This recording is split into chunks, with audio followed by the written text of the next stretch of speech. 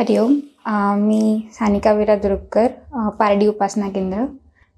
माझा अनुभव हा नुकताच कालचा म्हणता येईल. मी AI इंजिनिअरिंग करते आहे, सेकंड इयर, आणि स्कॉलरशिप फॉर्म भरायचा होता.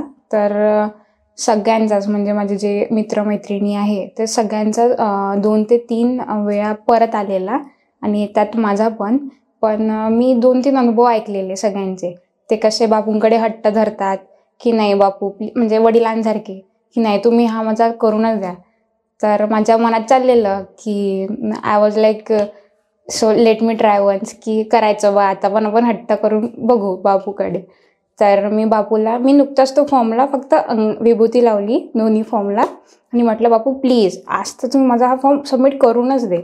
तर मी कॉलेजमध्ये गेले आणि बापूला म्हटलं प्लीज तू माझं म्हणणं आज ऐक, असं हट्ट म्हणून.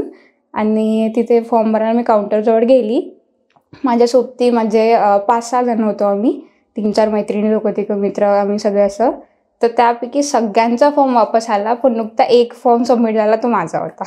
तर असे हट्ट पुरवताना म्हणजे हा पण माझा अनुभव आला की खूप इच्छा होती माझी की मला असं आवडत नव्हतं की हट्ट की काय ऑर्डर दिल्यासारखं करतोय देवाला. पण बापू म्हणजे आई वडिलाप्रमाणे जसा प्रेम करतो तसं आपले सगळे हट्ट पण पुरवतो. तर खूप खूप धन्यवाद. हरिओम.